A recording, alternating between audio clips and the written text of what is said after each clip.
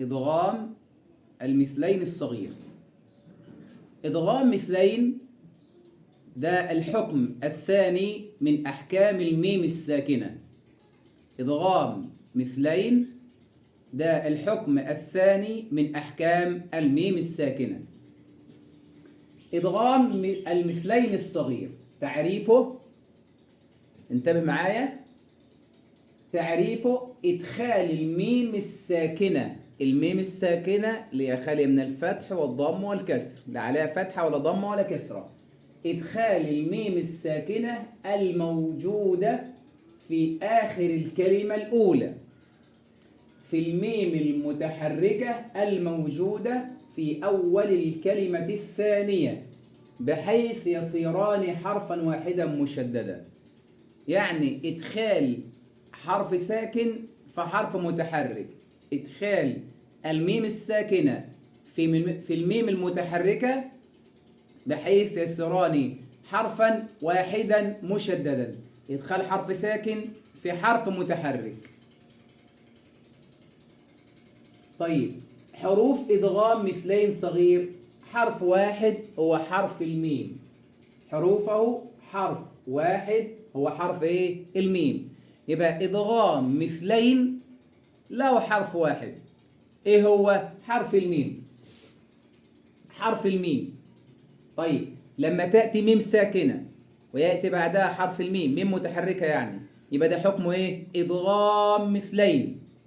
هندغم الميم الساكنة في المتحركة مع غن حركتين، يبقى إدخال الساكن في المتحرك نقرأه حرف واحد مشدد، يبقى حروفه أي حروف إدغام مثلين حرف واحد وحرف الميم. ناخد بقى أمثلة وتدريبات على إدغام مثلين علشان نفهم ونقرأ صح إن شاء الله تعالى.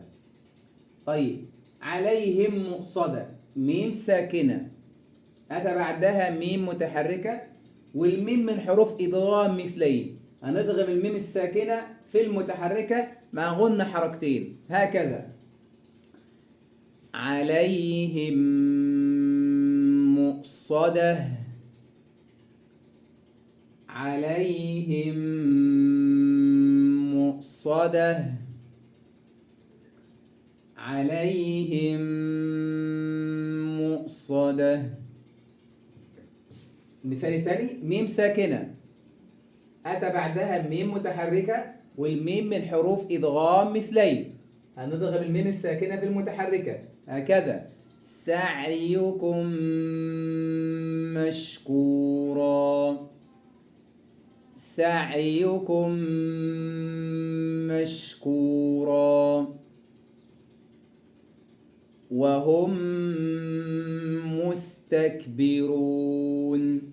طب وهم مستكبرون دي حكمها ايه؟ ادغام مثلين، تماثل ميم مع ميم. ليه؟ عشان اتى بعد الميم الساكنه حرف الميم، والميم من حروف ادغام مثلين.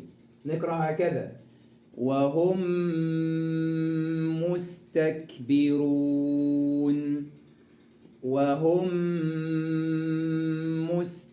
مستكبرون. فمنهم مهتد، فمنهم مهتد. أنهم مبعوثون، أنهم مبعوثون. لهم مغفرة، لهم مغفرة. يعني نقرأ مع بعضنا تاني: عليهم مؤصدة، عليهم مؤصدة.